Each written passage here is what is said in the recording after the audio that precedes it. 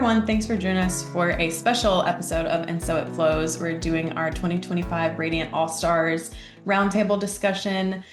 Joining me today is Dave Yates, a PM columnist and the former owner of FW Baylor. We have another PM columnist, John Siegenthaler, who is the principal Appropriate Designs. And we also have Max Rohr, the Director of Marketing Education at Calefi Hydronic Solutions. And last but not least, John Barba, the Director of Training at Takeo Comfort Solutions. And we also are joined by our group publisher, Dan Ashenden. So thanks, guys, for taking the time to do this roundtable with us. Sure. Thank you for having us. Great. And I'm particularly digging the Brady Bunch look here. This is I agree. Cool. Yeah, we look great.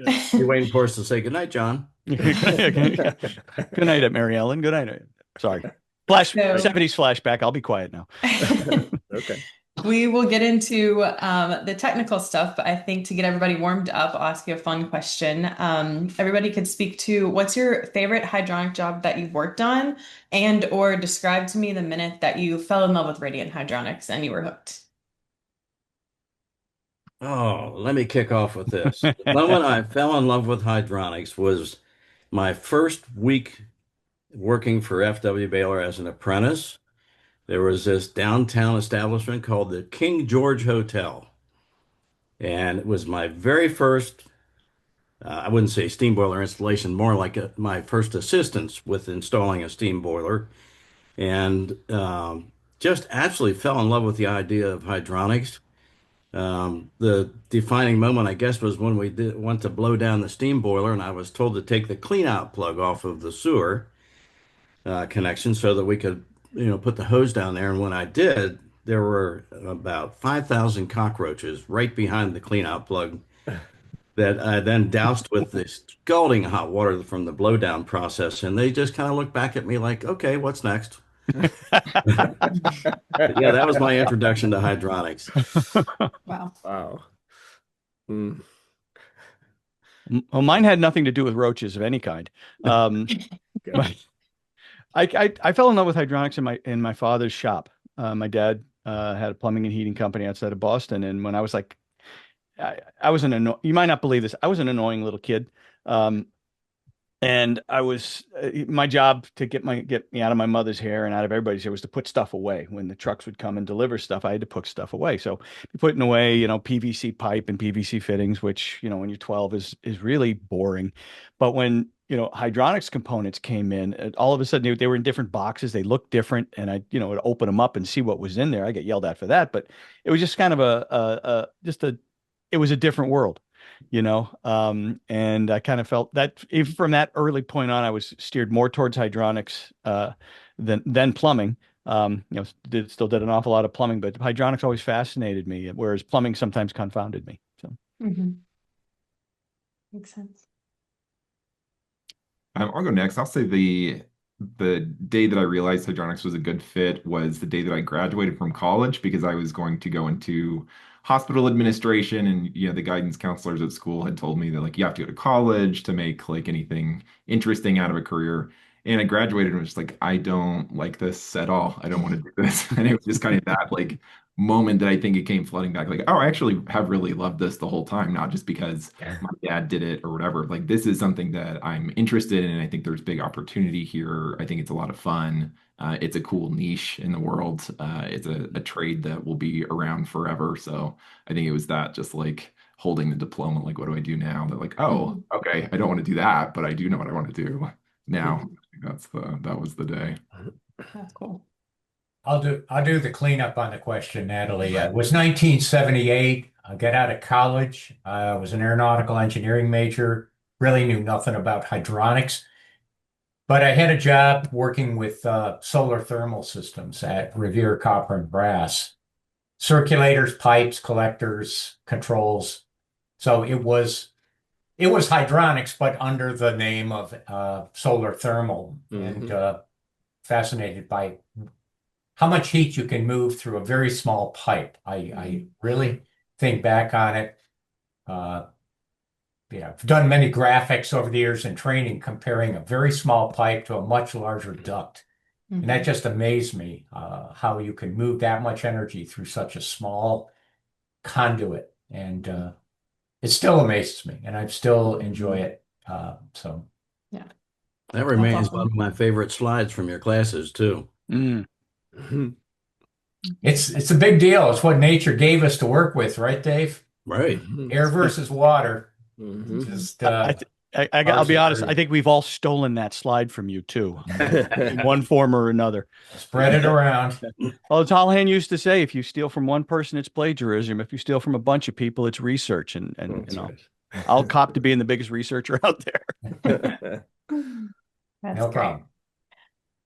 So we know innovations and things have changed in the space a lot over the time that you guys, since you first became involved. So is there anything that has surprised you or innovations that sort of came out of left field along the way?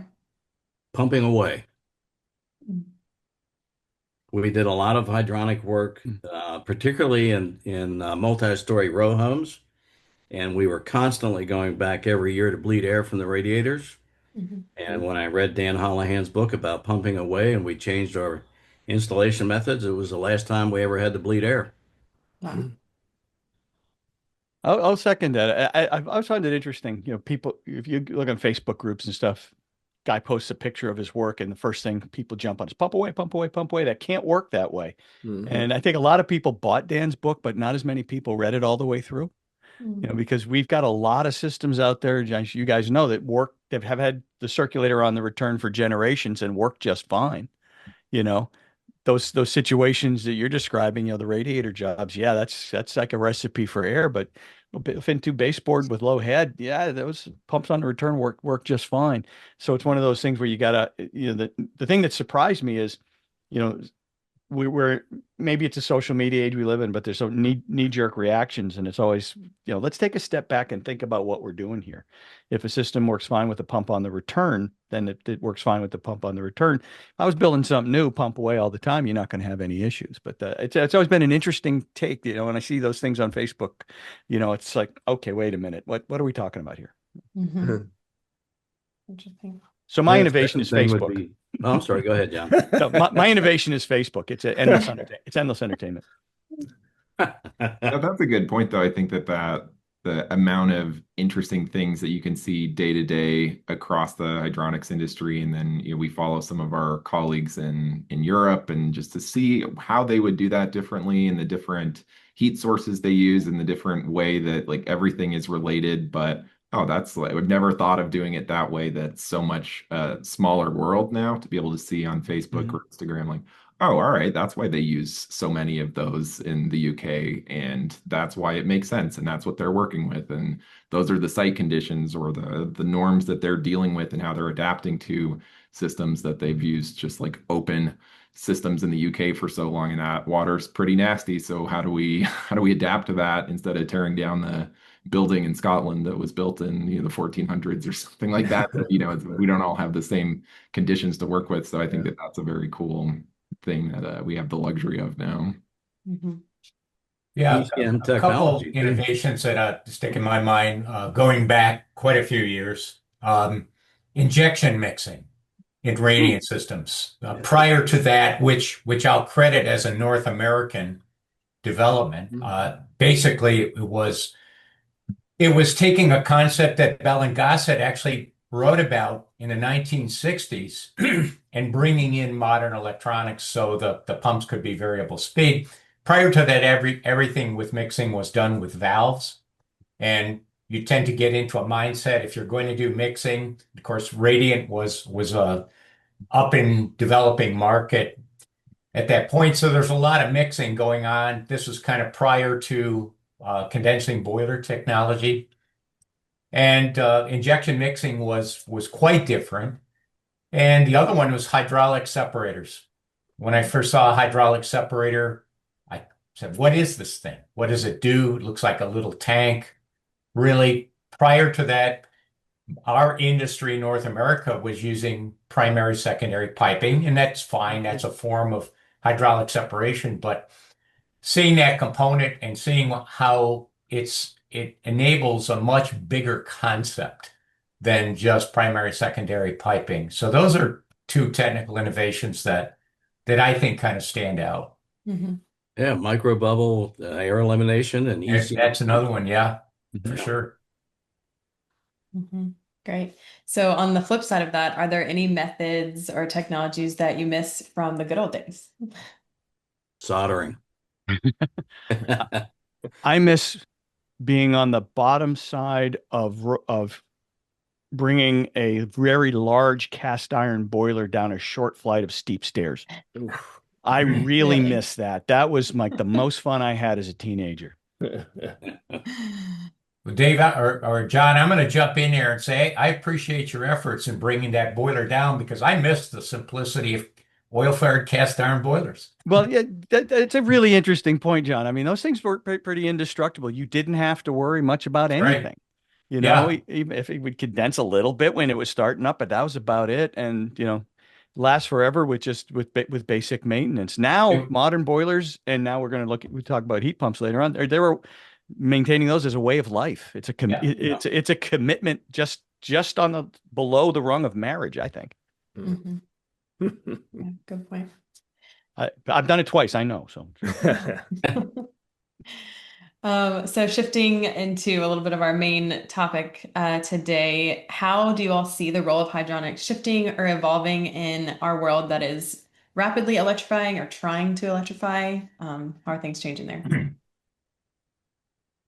I think contractors and everybody in the industry should embrace it and look for the opportunity. If you were an auto mechanic and you only worked on Pontiacs in the 70s or something like that, you'd have a lot to do. You'd have, something to work with, but you'd be very specific in one type of automobile, where the more cars that you know how to fix, the more relevant that you are. And that doesn't mean that it doesn't seem like there's a specific part of the world that has just like banned all boilers and that will 100% stick and they're going 100% heat pumps. I think that there are some markets that are closer to that side of the spectrum, but just know how to fix everything, know how to fix as many cars and install as many cars as you can, because day to day you may just find a better application in a very heavy natural gas area that, electrification makes a lot of sense here for not just for rebates, but because that's the fits with the goal of the building, and you just have more to work with if you know how to work with a lot of different heat sources. It could be hydrogen boilers when we do this in 10 years or 50 years or something like that. Know how to use whatever heats water, and it all adapts well to hydronics. Mhm. Yeah, now that we have the plethora of air to water heat pumps, we've got geothermal. They both integrate very nicely with renewable energy, and especially when you consider hydronics and going back to John's point about the amount of energy you can transport or transfer through a very small tube to a place that's far, far away, Mhm. rather than great big chunks of ductwork that we're hacking holes through buildings with. Yeah, I and electrification too, it's not just about fuel substitution. I think one of the things that electrification brings in with heat pumps into hydronics that has been lacking for decades is a solution for cooling. Mhm. Mhm. Small scale chill water cooling. You buy a heat pump, whether it's air to water or geothermal water to water, you're buying a chiller at no extra cost. It's just a matter of doing the piping and doing some type of a terminal unit to do the cooling. So hydronics, the market for hydronics, obviously it's been heating focused. And we've added domestic water, over the decades, first with tankless coils, then with indirect tanks. But that cooling has always been, I know a guy, or here's somebody else that can do that for you. And to a consumer, now you've got at least two HVAC companies involved. They meet at the thermostat, who's responsible for what. There's always been issues, but with electrification and with heat pumps coming into the hydronics market, the contractors have the possibility, and to Max's point, if they take the time to learn how to do this right, of providing complete solutions. They can do space heating, cooling, domestic water, and I'd even throw in heat recovery ventilation, especially in new construction. Single source, single responsibility, doing the whole system. That learning part is the interesting part. I'm gonna name drop. I know it's a low class thing to do, name dropping. George Harrison told me that. But Rich Trethewey once said to me, he said, contractors are perfectly willing to embrace change and new technology as long as their father or grandfather tried it first, which I think is kind of where we're at here. With heat pumps and electrification is yeah, we'll wait till that's proven, or yeah, that's the future. Anytime you say that's the future, it gives you permission to push it away, kick the can down the road a little bit. And the future's rapidly coming at us like a freight train, I think. And the wise person embraces it and learns, and the less wise might just say, "Hey, I'm doing fine the way I am. I don't need to know any of this stuff." And it kind of poo-poo it, and it makes that change difficult for the many, and it creates an opportunity for the few, to kind of embrace it. Now, I'm going to throw another point in. Heat pumps and boilers are not mutually exclusive. No, you need both in many cases. And there's a lot of advantages to dual fuel applications, especially in retrofits. The boiler's already in place. Bring the heat pump in and integrate it with that boiler. There's a lot of benefits in doing that. So it's not as if we're telling the market, the traditional hydronic plumbing and heating guys, you've got to get away from boilers. You've got to make that all go away and just do heat pumps. That's not the message that should be out there. It's scary because now you're bringing for the boiler guys, you're bringing refrigerant and refrigeration into the equation, and that's something like, whoa, I don't know anything about that. Right. Or the guys that are good with refrigeration, you're introducing them to boilers and hydronics, and they're like, oh, wait a minute, I do air. This is a little crazy for me. So it's there's a meshing that has to happen somewhere. But for the contractors who are willing to embrace new technology and step up, as far as getting trained and learning, you end up developing a niche in your market, and you end up really not having much in the way of competition. Sure. So there's plenty of room for profits out there as well. Yes. Yeah, that's a great point. I think you guys are kind of getting into my next question, which is, what do contractors and designers need to understand when pairing heat pumps with radiant systems? Low temperatures, baby. Low temperatures. You got to design around as low of a water temperature as possible. Although I think some of the newer heat pumps that they have showed at ISH over in Europe are capable of making water temperatures up to what, 160? Is that accurate, guys? Yeah, 167. Yeah, 167. Now we're starting to get somewhere, but we're not seeing them here yet. Yeah, but you sacrifice efficiency at those higher temperatures. Yeah, but compared to what you're replacing, it still might be better, right? So, but designing around the lowest possible water temperature is always going to be an advantage. It's just, in retrofit, you have limitations, unless you're doing a major rehab and buttoning up the envelope first, then you've got some options. So, there's for every opportunity, there's a roadblock, but roadblocks aren't there to stop you. Roadblocks are there for you to get creative and try and find a way around, over, under, or through. Yeah, I think in retrofit application, I only ever met one hydronic system that was actually properly sized. Every other one was oversized. I'm shocked to hear that, Dave. I know you are, John. I'm sorry to bring that news to you, but whoa. But we go through and do. Now you're going to tell me wrestling is fake, right? We do a manual J and then compare the actual EDR of the radiator or the heat output of the baseboard, and go back to our manual J on a room by room basis, and we could determine the exact water temperature required on a design day.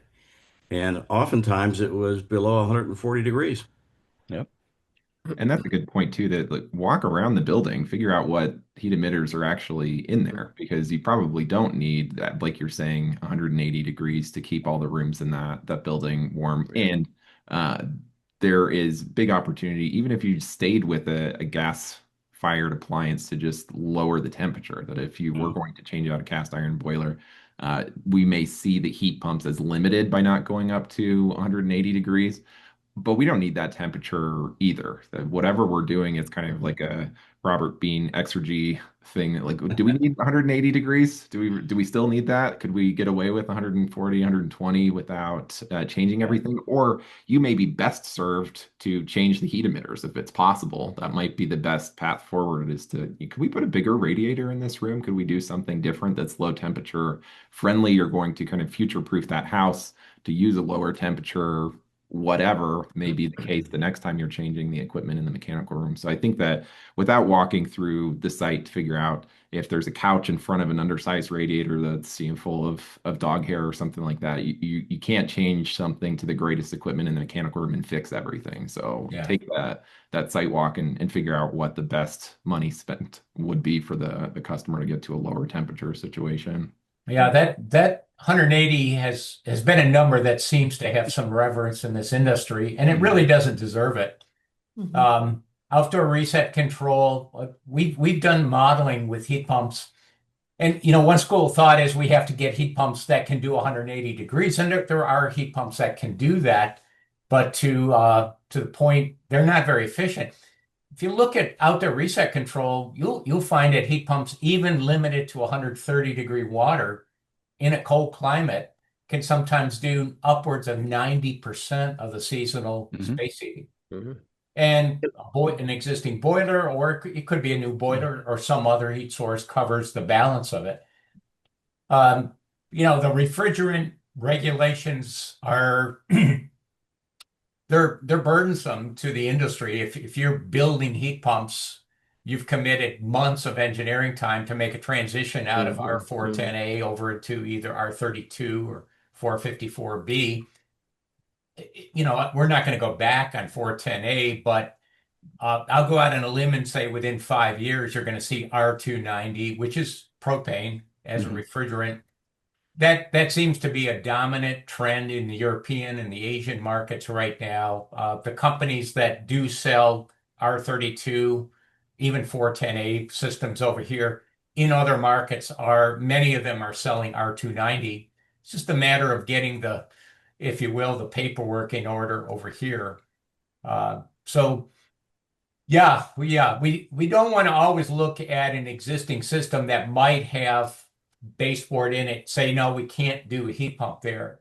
We may not be able to do the 180 at least at present, but to, I think Max's point, either dealing with larger heat emitters in certain problematic areas is one approach. Buttoning up the envelope. If you've got obvious leaks, if you've got lacking insulation, that will bring water temperature requirements down substantially. We did a quick example where we take a load, an existing, maybe an older house, 100,000 BTU per hour load. You can bring that down to 70,000. So that's a 30% reduction in the load. You can take your water temperature at design from 180 down to about 147 at design, which means under most partial load conditions, 120, 125 degree water is going to be adequate. So can I ask the question, if you're also including domestic, potable hot water heating, is that, how does that work? Is that just a heat exchanger situation, or heat exchanger, and you can have there are heat pumps that will go to higher water temperatures under a call for domestic water heating. Okay, and then they'll go back onto an outdoor reset schedule. For space heating. Excellent. With one of the things we've had, I'm sorry, we've experienced with, and it still happens today, and we're not talking about heat pumps now. Let's just focus on like modulating condensing boilers. Guys replacing a cast iron boiler, you won't put in a modulating condensing boiler because this thing, if I have to make this thing run at 180 degrees, well, there's no point to having a modulating condensing boiler. It's a waste of money and time and effort, and because it's got to run at 180 for the baseboard. So that's still a battle that's faced. That's still a frontline battle. Showing them, no, you can run this. Let's do the math, figure out what the water temperature needs to be based on the heat load, an accurate real heat load, not a 35 BTUs a square foot wild ass guess. You can, that's a battle that we're still fighting. We see that a statistic I heard from one of the boiler manufacturers is they're finding that at least 60% of their ModCon boilers are installed out there in the world without the outdoor sensor installed at all. Yeah. So there are that's what keeps guys like us working. I think in a lot of cases is that training piece never ends. And God forbid, if I had time on my hands, Lord knows what would happen. So this is good to keep me occupied. And Max, I can see you as well in that boat. But those are the real world battles that are faced every day. There's an awful lot of work to get, I think, the critical mass of our customer base in our cases, but the trades to kind of move forward and keep pace with technology, or at least keep within shouting distance of it in some cases. One of the things that's kind of interesting, that ASHRAE headquarters moved a few years ago, and they moved to a new building. I think it was like a 1970s construction, but a lot of glass. And with all of the engineers in the world to figure out a mechanical system, they went back to John's point and decided we have too much glass. That whatever mechanical system that we've got, all the manufacturers, all the engineers that we could possibly, get in a room to figure out the best mechanical system, like, there's just a little bit too much glass to make this energy efficient. So when they redid the windows, they just added more of a structure there, so it wasn't 100% glass all the way around. And they've got some cool case studies about that. But I think that that's important. Lower the load and set up whatever the mechanical room is for success there, for lower temperatures, for better adaptability. That's interesting. So maybe take this one from the contractor trying to sell to the homeowner. How can hydronic systems best compete with other low-cost heating options, maybe like mini splits? I'll jump in on that one, Natalie. First thing I'm going to say, mini splits are not low cost. Go out and get a quote. We've had quotes from downstate New York, $8,000 per head. So if you're putting a 4-head unit in there, you're upwards of $30,000 for that system. And it's space heating, it's cooling, and to some degree it's zoning. But what about domestic water? What about heat recovery ventilation? So, when I look at a ductless mini split system, it's a partial solution. It does space heating, does space cooling. It is forced air. It brings all the attributes of forced air along with it, good and bad. It doesn't do domestic water. It doesn't do heat recovery ventilation. So we're proposing we look at systems based on heat pumps, typically air to water, that are going to do heating, cooling, domestic water, and including a heat recovery ventilator. If you compare equivalent systems, equivalent specs to do all 4 of those HVAC functions, you're going to find actually air to water and hydronics very competitive against ductless mini splits. Yeah, absolutely. Unless you're in a retrofit instance, I think. Yeah, they're easy. They're, a 3-inch hole saw. And, right. We've seen situations where the contractor will go into a hydronics project, existing hydronic system, and convince the owner, you don't want to deal with that, the pipes, the pumps, the water. Just let us throw one of these ductless. I can't fault them from the standpoint of, being able to just go in with a Band-Aid approach, a quick approach that sort of solves things. But given all the issues with refrigerant, think about how much refrigerant is in one of those systems. Think about how many flare joints, how many brace joints. I honestly think VRF and mini splits are going to run their course in the long term. Yeah, I look at like this as you've got a decision maker who is simply looking at, well, I need a heating and cooling system, and that's it. That's about the depth of their expectations. And comfort be damned. Yes. It's not even a matter of comfort be damned. It's a matter of I don't know what comfort is. Yeah. I just I got a problem. I need a solution because it's going to get hot as hell next week. So let's get this thing done and done now. Good point. And it can be done quickly. So there's an immediacy issue there. There's also an issue of we all know firsthand, getting a technician to come to your home nowadays is a several week process because there ain't enough of us. So sometimes the easy, quick solution is the solution you choose. Yeah. Now if we're building our forever home, and then John, I think you're absolutely correct. Let's look at this as a long-term, solution, and the best possible solution. If winter's coming and I got to get something in to keep me from freezing to death, all right, what's going to be quickest to get installed? What can I get installed, and what's going to be cheapest to get installed? Yeah, hydronics is a long-term value proposition. You're absolutely right. Oh, did I just turn my camera off? Nope. Come back. We did lose someone. Who we lose? It is Takeo Oh, After Dark. It's after dark. Gone. Today's A magic couple of trick. the other things that I would add there too is that if you Please. use the car industry as example, so I live in Salt Lake City. If I went to a dealership and I were going to buy a new car and there was a $600 package or whatever the price that's reasonable to add heated seats, I would be crazy not to do that because Right. they've set that expectation that like, well, I know what the heated seats are. I don't want to live in the Rocky Mountains without heated seats anymore. That's something I would absolutely finance into the price of the car. I wouldn't live without it. And I don't know that we've ever gotten to that point from a sales pitch perspective that we've ever made that so crystal clear to homeowners that like I would never live in a house without radiant heat again is a perspective that I have because I just like grew up talking about it all the time and my dad installed the system, so I know them very well. And every time I've lived in a house without radiant heat, I'm always just like, wish that I had Crafty. back.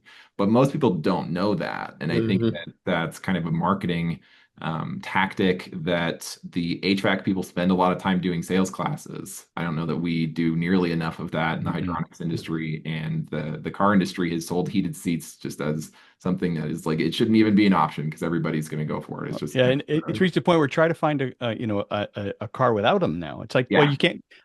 You guys are old enough to. I'm pointing over here, like the people out there know who I'm pointing to. I'm pointing to Dave and John over here. Max and Natalie are here, and Dan's just kind of right there. But you guys are old enough to remember 255 air conditioning, right, in your car. You roll down the two windows, drive 55, and that was your air conditioning. Now you can't buy a car without air conditioning. If you asked for a car without air conditioning, they throw you off the lot. So those things have become, just we've grown that this is just standard equipment. And in most homes today, air conditioning is now considered standard equipment. And was it Holohan said, we're the first generation, or Max's generation is the first generation to have grown up with air conditioning, central air conditioning as an expectation. As what's considered normal. We're the first generation to grow up with central heating as that we considered normal. So things change rapidly in terms of what people expect, but heat is heat in most people's minds. Heat is heat, cool is cool, and just okay. I got a Honeywell system, make it happen. Yeah. That generational thing is interesting in that sense too, because I think a lot of millennials and Gen Z are going to rent for a bit.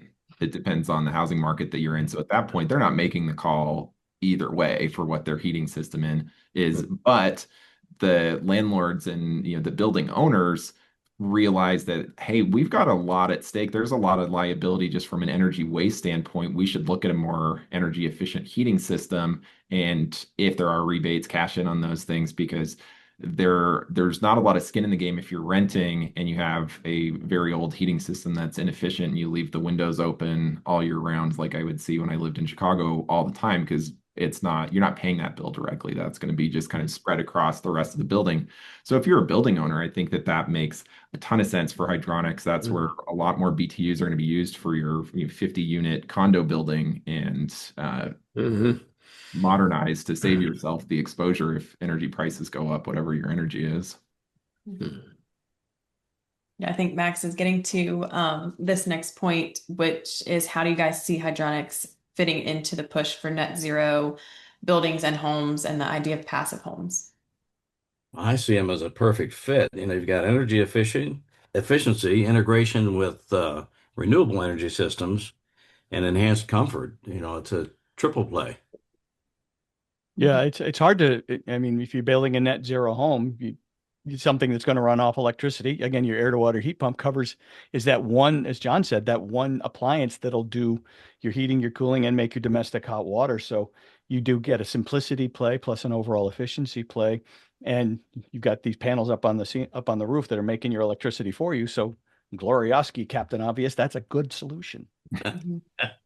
Yeah, and with net zero, and especially Natalie with the passive house, ventilation.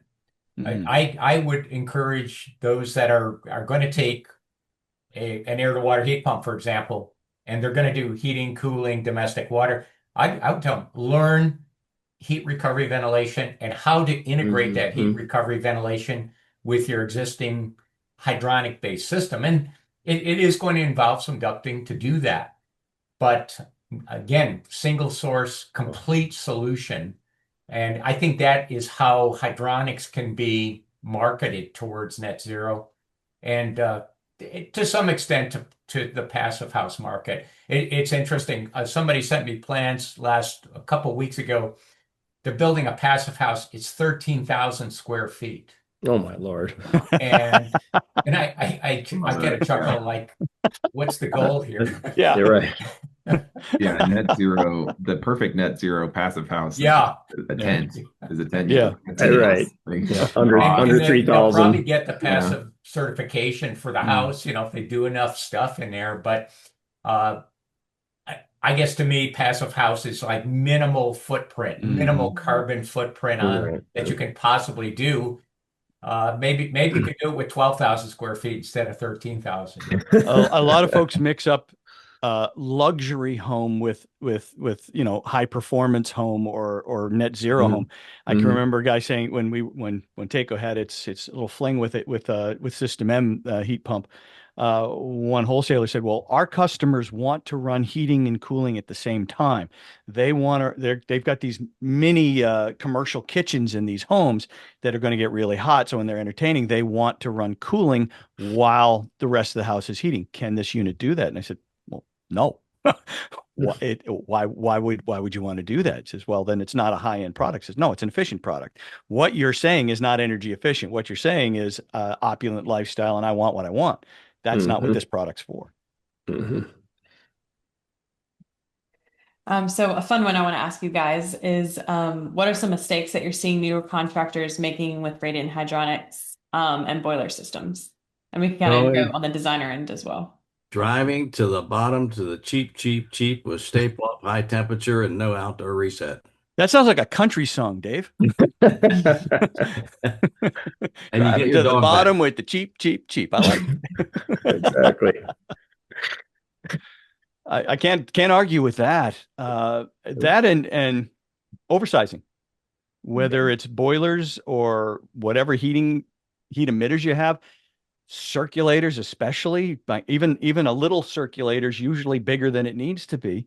John, you'll be happy to see this. I saw in a very special place that I can't really name the other day, a little circulator about that big.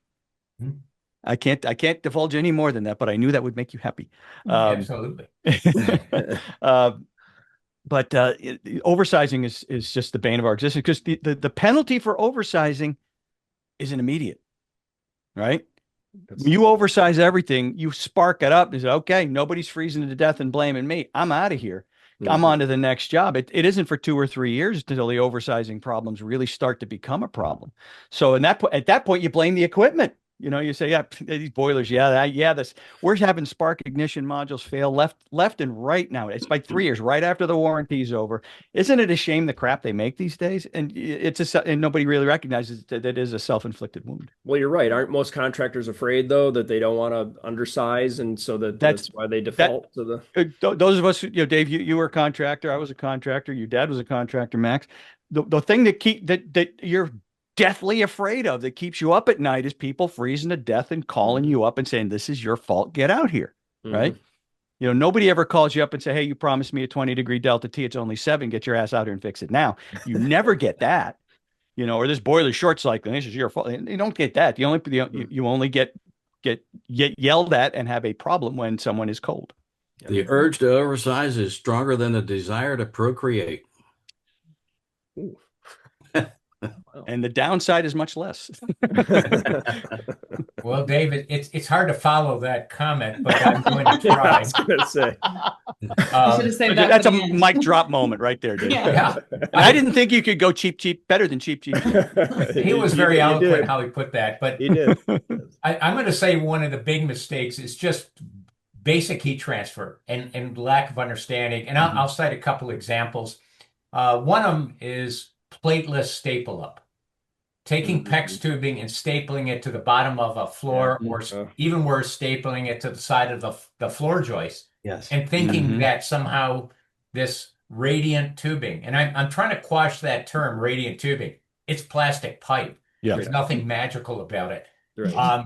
But how many projects all of us have heard about where that's been done, the tubing's been stapled to the floor, and all of a sudden, come maybe December, maybe I cut it in October. They actually could heat the house, but by the core of the winter, it's just not working. So they crank the temperature up, and that creates other problems.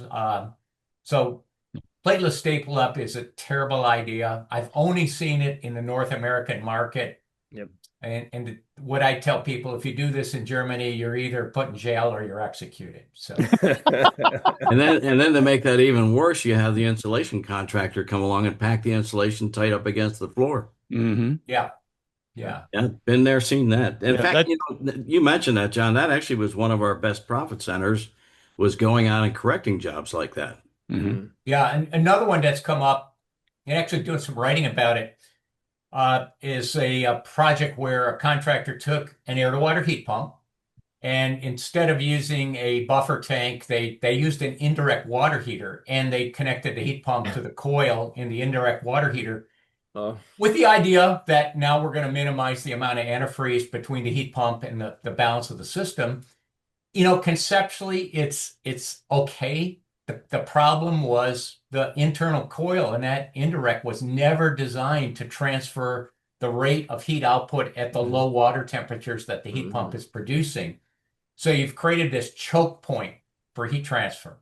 And again, it goes back to the fundamentals of heat transfer. It's not about just, I'll take one of these and one of these and one of these, and I'll put it together and conceptually it'll work. You have to run the numbers and make sure that you can, that things are going to work.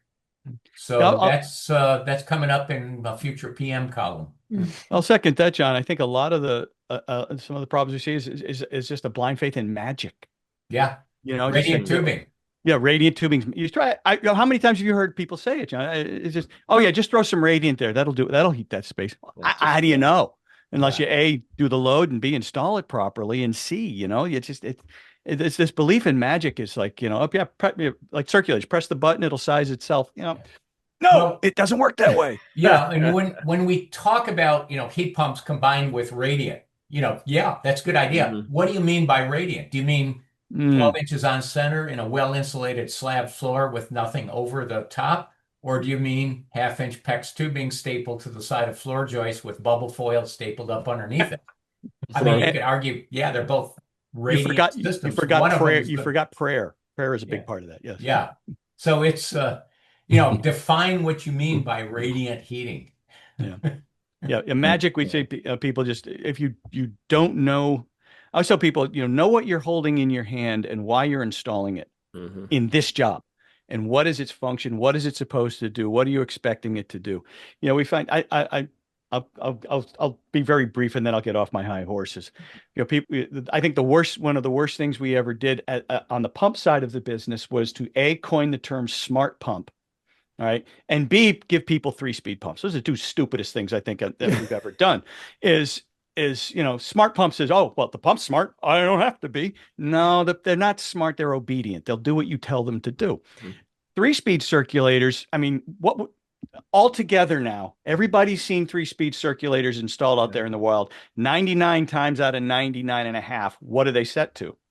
3. Highest speed. Contractor no callback mode. We're going to ram the water the hell through that pipe, whether it wants to go or not. Set it to high. Let's get the hell out of here. And that's creating oversizing problems and a myriad of other issues that have that have come up over the years. So No, sorry, I- I'm getting worked up. I'm going to take a Xanax and just calm down.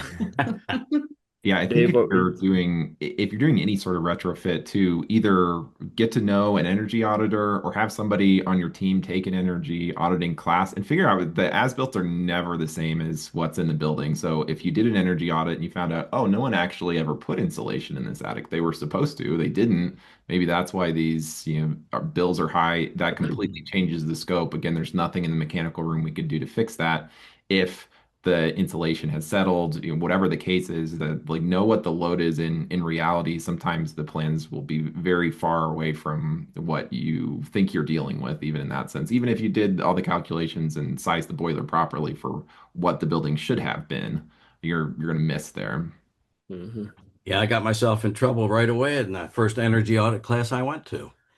They asked me Got a lot why, of but the questions. young 20-something-year-old, recently graduated from college person that was running the class wasn't in the work uniform. He looked directly at me and he said, "What's the best first investment that a homeowner can make in the heating and air conditioning equipment or in buttoning up the envelope of the building?" And I said, "The heating and the air conditioning equipment." He said, "Wrong."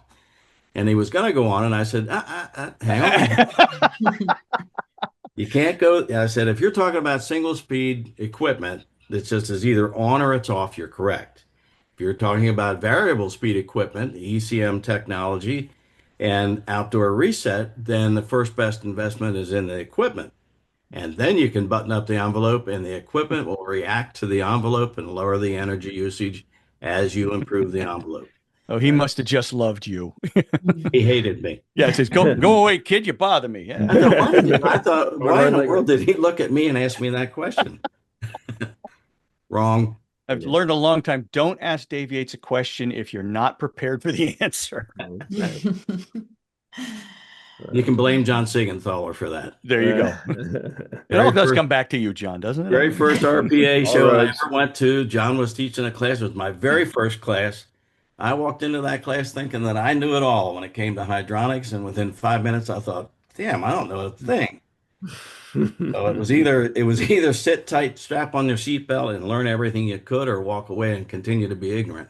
Yeah. My old man used to say, it's what you learn after you know it all that really counts. Yeah. That's right. He also told me to shut up and listen more, but So speaking of smart technologies, what smart technologies and controls do you guys think are game changers, and what are just bells and whistles? I'll say most are bells and whistles. Outdoor reset, obviously, that's a smart technology. I think it's a bell and whistle if you don't understand what it does. Or if you don't use it. Yeah. Yeah, or if you don't use it, but if you don't understand what it does, then you can't tell it to do what it's supposed to do or what you want it to do.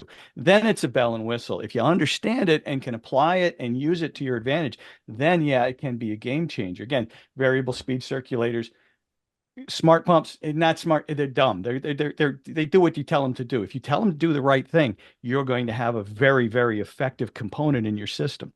But they're now energy efficient. ECM technology has brought down the cost of energy a great deal.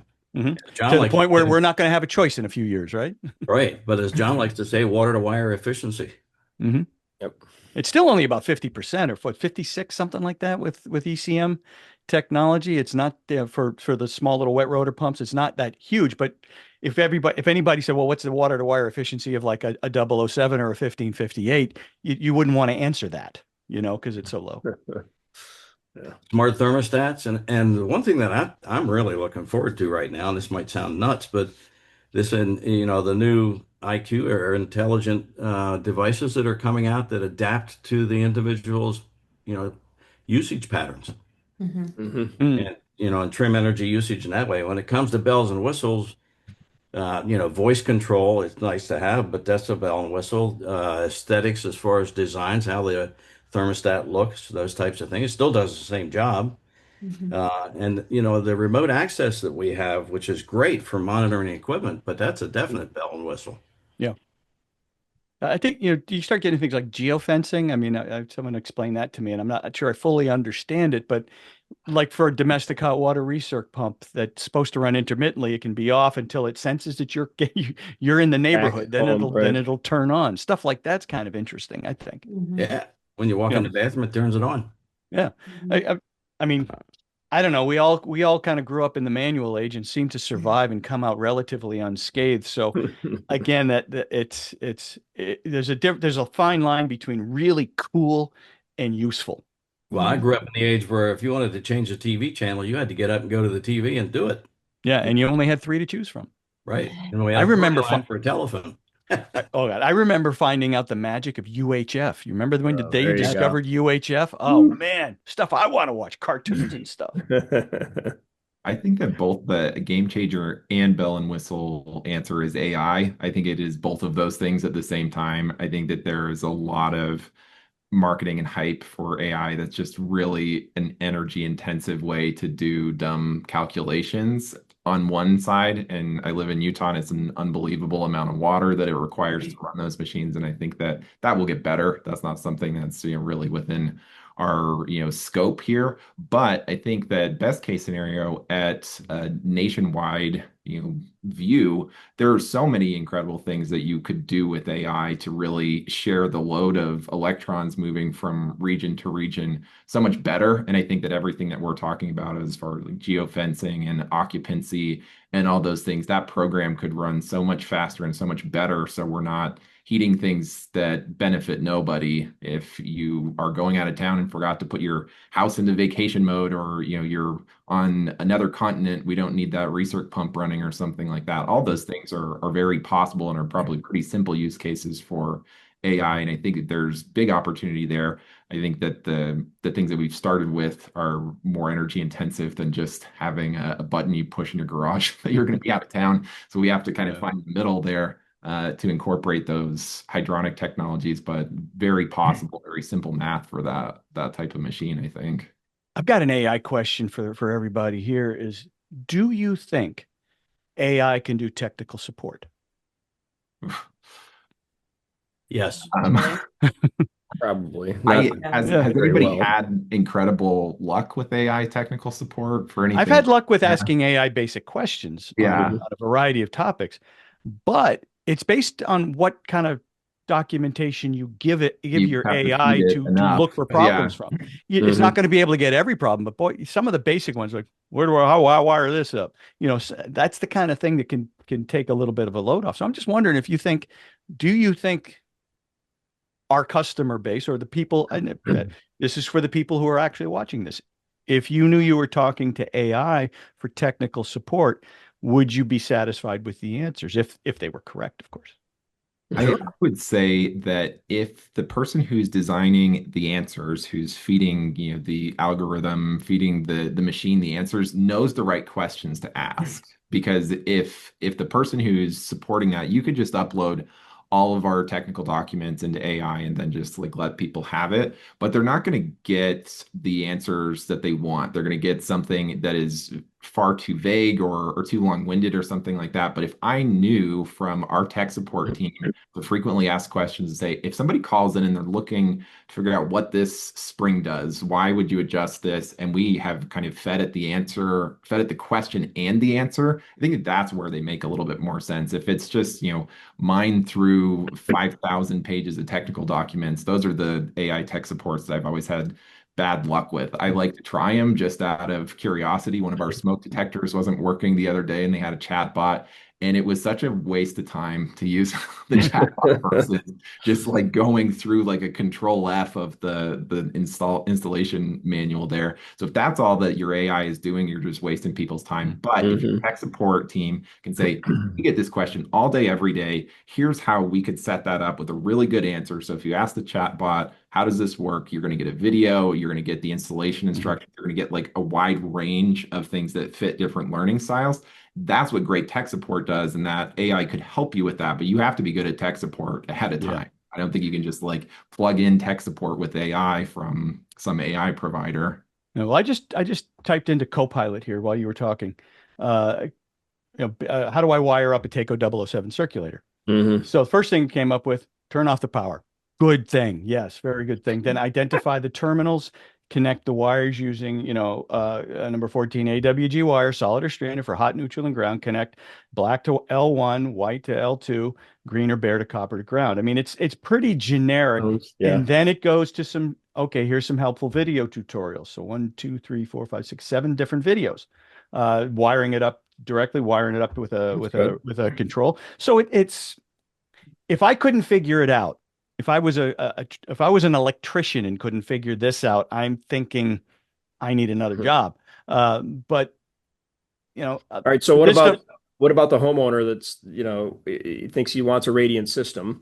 So now he's got, okay, I got a 3,000 square foot home and I want a radiant system, so he types that in and then he presents that to the contractor, with a. And then he becomes a Well, YouTube warrior. let's give it a try. But you know what I will really wait. think is coming with the AI technology and this adaptive learning ability that AI has is it never sleeps.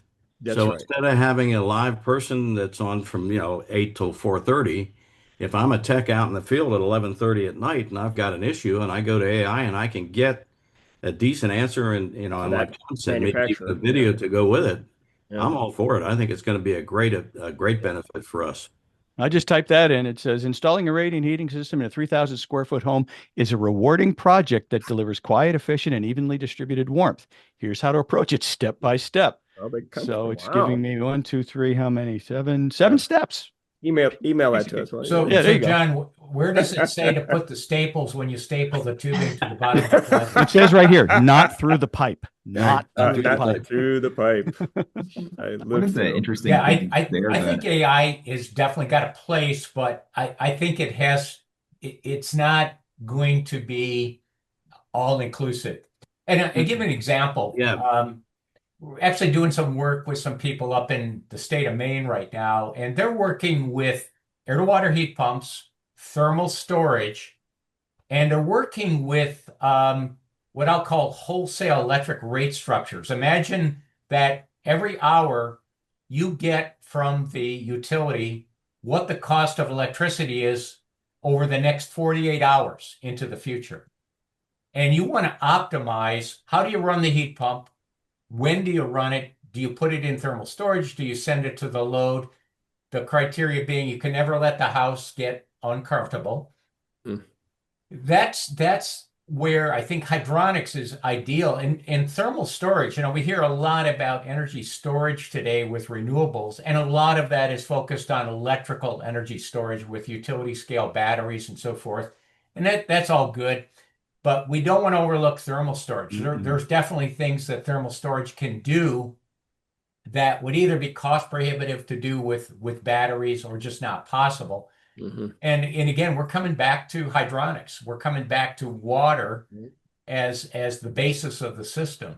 So again, bringing heat pumps, thermal storage, some AI technology. And the other thing I think we will see going forward, and that's what some of this research up in Maine is trying to prove, is that utilities are going to create different rate structures. It's not going to be X cents per kilowatt hour, regardless of when you use it. It's going to be time of use, and even beyond time of use, it's going to be, here is the future cost of energy for be it the next 24 hours, the next 48 hours. Optimize your system around this. Boy. And that's going to open up something. One of the things that is a constraint right now with renewables is that it's feast or famine. If you have a very windy day in an area that has a very large wind farm, you're going to get a lot of energy, but you can't control when you're getting that energy.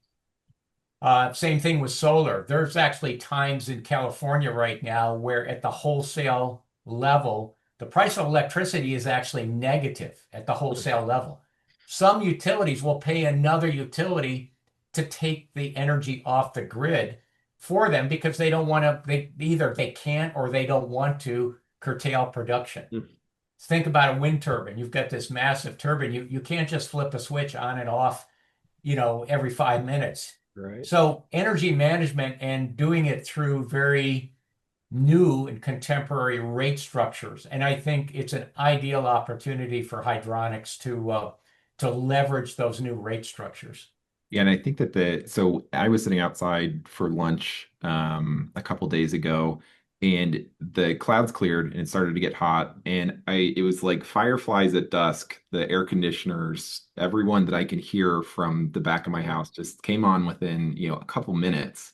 And that type of thing, especially like you're describing, John, with the thermal capacity to, charge the water battery a little bit, none of those air conditioners need to come on at the same time. So at some point, there will be a better algorithm that will say, all right, we're going to just do every one of these 5 minutes apart. And then you don't have such a peak that utility company has to like fire up the big, peaker plant with the natural gas backup because we exceeded the amount of sunlight or wind or whatever renewable we have. That type of thing meets what we do. So some of these things are like, yeah, I'm sure that Rocky Mountain Power will figure out a better way to do that. But we can also, as the installers of the air to water heat pumps and the tanks and the decision makers there, set our customers better up for that, to have the ability to kind of adapt to, like, when do I need power to be on for this? Is it like at the second that the cloud's clear, or could I get ahead of that a little bit based on weather data, based on all these other things that the math would be too hard to do with sensors that are just in the envelope of this building, but we could really make our system shine with just having more inputs there. And that hopefully is something that makes AI worth it in that sense. Mhm. I think one thing we got to remember is this, was this an old Yogi Berra quote, is in theory, there's no difference between theory and reality, but in reality there is. And we can theorize a lot of things. We have to have an educated mass of people to actually do this work. And that remains a challenge that we've been facing since Lord knows when, is making sure that this is an attractive audience, an attractive job opportunity for people to come in. I'm going to be lucky enough in a couple of weeks. I've got 35 kids from a technical school in Massachusetts called MTTI coming into TACO for a full day of just exposing them to the real world of hydronics. And these are kids. A lot of them are, last time we had a kid was like, he was a freshman in high school. He looked like he was 9, but I think he was 14. So these are young minds that I get to mold. So let that sink in for a minute. But that's the kind of thing that we need more and more of, and making sure this is an attractive trade, a well-paying trade, that is, that is a profession. Well said, John. You guys are the Radiant All-Stars, but we also, this month, just, this is our 3rd year or 4th year, Natalie, where we're promoting the Next Gen All-Stars, where, companies within the industry, whether you're a contractor or a manufacturer, you can nominate the next generation of rising stars. So the more we've seen, the more we do that, the more we're inviting people into the industry that maybe see their friend as a next gen all-star. And it's like, oh, wow, maybe that is a great industry to be in. Hey, Dan, come on out to TACO on the 15th, and we'll you can sit Thank on this you. class. We'll have some fun. Thank you for the invite. And I'll find some bread pudding made out of donuts. Oh, it's got to be somewhere in Rhode Island. There's somewhere, yeah, Vegas, or no, that was Reno. Sorry, Reno. There you go. Natalie, let's push on. Yeah, what happens in Reno stays in Reno. Oh, that's a fact. I've got one last technical opinion question for you guys. What's your take on modular hydronic systems, pre-assembled panels, things like that? Is that just strictly real progress that we're making, or are there downsides? Can I take this one? Sure. People hate them. I've found contractors hate them. I've done this twice in my career, once at Worsbo, once at TACO. People hate them. And why would you think they hate them? Well, let me jump in if I may. Please. We had I'll give you an actual example. It was a local lawyer's home.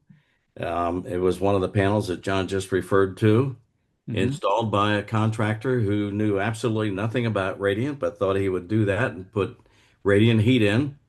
So he put the boiler in with no outdoor reset and allowed it to just bounce off of its limit of 195 degrees. Oh. He did staple up throughout the house. We had rooms that wouldn't heat during the dead of winter. And he had a series of panels. And your buddy Wes Cisco even came to York, my hometown, to this job site. And I think Wes just kind of threw his hands up. There's not a thing I can do with this. Yeah. The panels work fine. Yeah, the panels work fine. My experience with panels is that it is a business. The guys that really understand the X's and O's of business and costs and profits and manpower, etc., they'll get it. Most folks say, I'd rather build it myself. I'd rather pay me to do it than pay you to do it. And, or I've even had guys say, hey, the mechanical room, this is my reward. This is the part of the job I like. I said, okay, that's kind of more of that's kind of a that's an overwhelming urge. I want to do this. I have fun doing this. Okay, that's it. And people do tend to value things that they build themselves more than just buying a package. Although, I ask people, when's the last time you built a refrigerator from the ground up? And you don't do that. You don't build a boiler from the ground up. I mean, it's I've been through it twice. I don't have a lot of years left. I don't want to do it again. I don't want to do it again. It's a great idea. Every fiber of my being believes this is a fantastic idea. You can prove it on a piece of paper and a calculator. This makes sense financially, etc. And then you've got a guy that says, "Nah, I'm going to make it myself. That's too expensive." Okay. I think that there's somewhere in between too that a lot of people should be prefabricating more in their shops. There's a difference. Yes, there's a difference. Absolutely, Max. Do that, pressure test it, take the measurements that you need, know where everything needs to go, take a lot of pictures, and then sit at your shop in the nice radiant heat and listen to whatever radio station you want to, at whatever volume you want to, and put it together and make a good use of your labor hour there instead of driving back and forth to get one more elbow that you forgot at the supply house and extending that job a little bit. So I think that that's where pre-assembly, if you purchase it from someone and you have to know how it works, it fits in some cases, or just do it at your shop. And that can be a good way to train somebody too, because then it's more of a day job that you have an intern come and learn how to solder at the shop, but you don't have to drag them all over the place. They can still get to school on time or whatever the case is.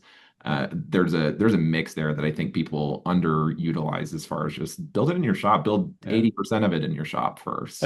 That's an excellent point. Bob Dudley, right? Bob, that's one of the things he does at his business is he's got a retired fitter, works 20 hours a week. They give him a big 4x8 sheet of plywood, say, build this. He builds this. They tag it for a specific job. They paint it. They wire it. They do everything, put it on a van and bring it to the job site. That's different than buying it from, say, a manufacturer. That I think, and that's semi-prefabricated, I guess, but that's shop built. And I think that's a trend you're seeing more of. Yeah, they figured it out and they just have that dialed in, and then they are in and out of that 15,000 square foot house in Park City in 2 days instead of 2 weeks. And then the general contractor loves that. And then the homeowner comes down and is like, this looks amazing. How'd you get this done so fast? Like, well, we just wheeled it in and put it on the wall and had 10 press connections to wrap it up, or whatever the case is. They still solder. They still, do all that, but they do it in such a controlled environment that, you kind of have that balance of the labor hour that people like about press, but they still like the precision of the solder. They just have such a great space to do that. Sitting at waist height on the table just makes the most sense to use both of those technologies for them to really make their customers happy with that type of system. Right. And the wholesalers, they like Dudley, it specifically has such an agreement with this wholesaler. The wholesaler comes in every day and restocks and keeps the machine going. So it's like a little mini factory, and it works brilliantly. Absolutely works brilliantly. Yeah. One thing I'll say in defense of the pre-assembled units, if you look at the European, again, air to water heat pump market, you see a lot of those systems. There's an outdoor unit, there's an indoor unit. The indoor unit puts together the valves, the circulators. They throw one of the little pancake expansion tanks in, the controls, and so forth. And the reason they're doing that is not only speed up the job, but minimize potential errors. And if you think about a project where you can go out today and you can buy a monoblock air-to-water heat pump from easily 15 to 20 different suppliers in today's market.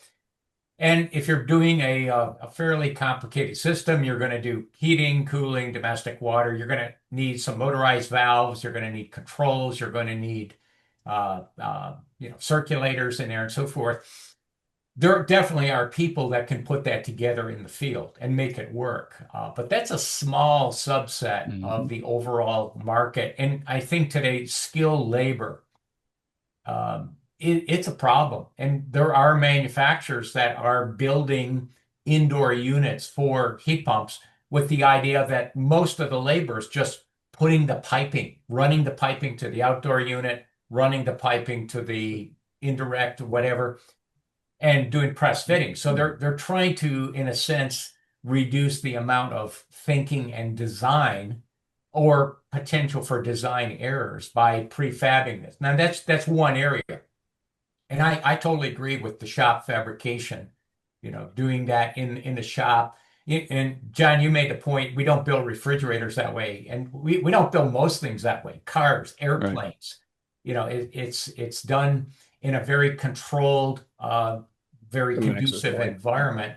Yeah. Think about a hydronic system in a high-end project where you've got literally, I tell people, imagine you're in a gymnasium and you're going to lay out all these components that you're going to put together for this, 8,000 square foot house, all the pumps, all the valves, every wire nut, every piece of wire. You're going to lay it all out on the floor and look at it. And then you're going to put it all together and you're going to take it up to a very poor working environment. It's ice cold. You may not have water available on site, and you're going to put this thing together under these marginal conditions, and hopefully it works. I mean, I think Max's point, what other industry does that today? Ours is really good at it. They really want to. I mean, when you were, I know exactly what you were describing when you went through the air to water heat pump indoor unit. I mean, that was what we had, and it was difficult. The biggest, and these are dyed-in-the-wool heat pump guys. The biggest objection we had was, I can do that for less. Maybe you can, maybe not. I mean, they're looking, I can buy all the parts for a hell of a lot less than I can buy that for. Says, yeah, but unless you're Harry Potter and wave your wand and go Hydronicus erectus, that stuff's not going to jump up on the wall and install itself. You got to have somebody who knows what they're doing, not just the pipe fitting, but the wiring and the controls and everything else. And that's why so many I was again, my first trip to Ish was a couple of years ago, and got to see all this heat pump stuff, and every one of them had that indoor unit. Here it's coming, it's going to come. I don't know if we were just too early or what, but it's coming. Natalie. Great. Well, in closing, I'll just ask each of you to share one piece of advice that you would give your younger selves just starting out in the industry. I'll jump in. Don't drink, don't smoke. Yeah. Be the sponge. Absorb as much knowledge as you can. Never get to a point in life where you think that you know it all. And I'll give you a perfect example. Day before yesterday, I spent an hour and a half in a seminar on the new A2L refrigerants. I don't do the installations anymore. I don't do the design work, but I have a desire for knowledge, and I wanted to learn about those things. It's a constant process. You never stop learning. And that enabled us as a company to be at the forefront of whatever was going on with hydronics in our area of the country. And we became the go-to contractors. And as a result, we were able to carve a niche out in our market and be extremely profitable. It was a great, great spot to be in. I'll jump in, and I'm going to preface this in a kind of a design environment. If you're designing systems, put every quotation in writing and don't negotiate your pricing. In other words, write down what you're going to do very specifically, scope, what you're going to include, what you're not going to include. So, and that is actually protecting your potential customer. And that's the way I like to present it. It obviously it's protecting you, but it's also protecting the customer.